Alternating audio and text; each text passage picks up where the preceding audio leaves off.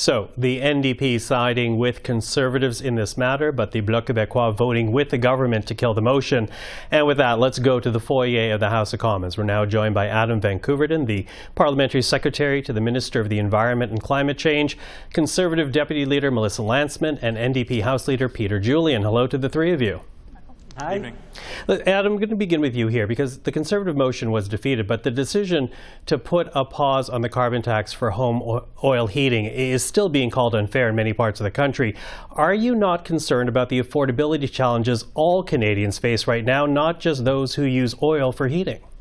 Absolutely we are, Michael, and it's worth mentioning that home heating oil is extremely expensive. It's also the dirtiest way and the most emissions-intensive way to heat one's home, and that's what we're trying to phase out. We're trying to phase out home heating oil in favor of free heat pumps right across the country to ensure that the most emissions-intensive way of heating one's home is phased out, just like coal was, and it is underway, I should say, because some provinces still burn some coal. But I remember back in 2005, Ontario still burned a lot of coal for our energy, and unfortunately we had 30 or 40 smog days that summer. And since phasing out coal, we've had far cleaner air in Ontario.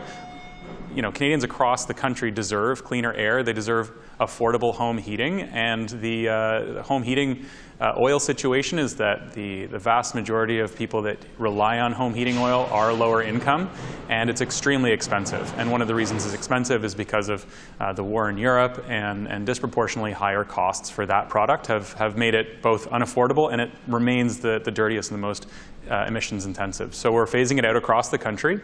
Heat pumps are an effective and efficient way to heat one's home. It's far, far more environmentally friendly, and our plan will do just that while maintaining the integrity of a carbon pricing program right across Canada. Okay, Melissa, what's your response to that? Because oil heating is carbon heavy, and doesn't the government have the right to bring about a policy that gives people a chance to get off of it by saving some money? And really, how different is this from past policies, for example, the coal-powered electricity that Adam was talking about? Well, I think that's a lot of words to say that we made a political decision because our poll numbers were in the gutter to give a tax break to some Canadians and not all Canadians. That's exactly what happened. In fact, the Minister of Rural Economic Affairs said so herself, that if you wanted a tax break, you needed to vote in more Liberals. And our question is that for all of those Liberals that represent all of the other ridings in this country, well, why don't those Canadians get a tax break? If it is in fact the dirtiest way to heat your house, which it is, why would you incentivize people to do that with with pausing the carbon tax? And well, I'll just remind you that it is a pause of the carbon tax, meaning that in 3 years, when the Liberals want to go back to the polls, they're going to continue to quadruple the carbon tax, and that's with the help of the NDP, and today with the help of their new coalition partners, the Separatists. But the NDP also voted 16 times to raise the carbon tax on Canadians. In fact, Mr. Julian, who's sitting with me right here, voted 11 times to increase the carbon tax. So they're also, a day late and a dollar short on this policy.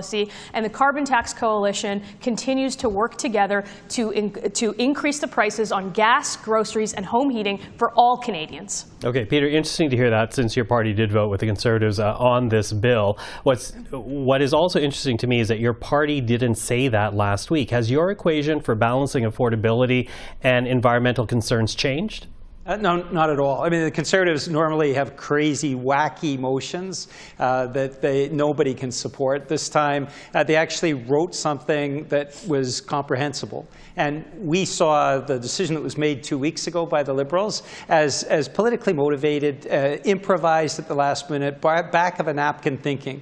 So the House will have the opportunity tomorrow with the NDP motion to actually look at a comprehensive adult policy, not the kind of flippant stuff that the Conservatives normally do, and not the improvised nature of what the Liberals do. So tomorrow we'll be voting on taking the GST off of home heatings right across the country. That includes provinces like British Columbia and Quebec that have their own system. So it actually includes everybody, unlike the Conservative approach.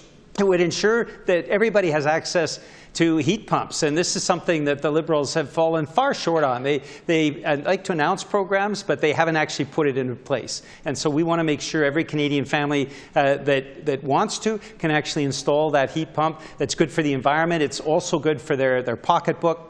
And then finally, we pay for the program by an excess profits tax on the oil and gas CEOs. We've seen oil and gas profits that are enormous, and we simply see that excess profits can serve a better benefit, which is making sure Canadians have access to heat pumps. So the NDP, we're the adults in the room yet again, and what we're doing is putting forward comprehensive policy tomorrow that members of Parliament will be voting on, and we expect that members of Parliament will adopt the NDP plan, which is good for the environment and good for families that are struggling to make ends meet. Yeah, I'm wondering, Mr. Van Koverden, what your response will be tomorrow, your party, because the Conservative leader right now says that Liberal MPs have sold out their constituents by voting against a tax break. Are you concerned about constituents turning against you? What do you say to them about how your party stands on affordability again?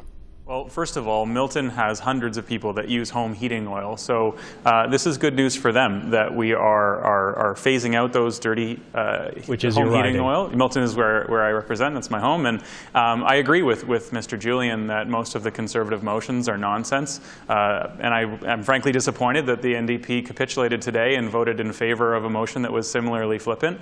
But, you know, I also have been reflecting on the fact that progressive Conservative voters across Canada used to be able to rely on the Conservatives for a little bit of leadership on fighting climate change. You know, I think about people like Michael Chong, who I used to really look up to as a Conservative in that caucus, who stood up against Stephen Harper and said climate change is a real threat. He ran on a leadership campaign that was focused on a carbon tax, which was revenue neutral, just like ours.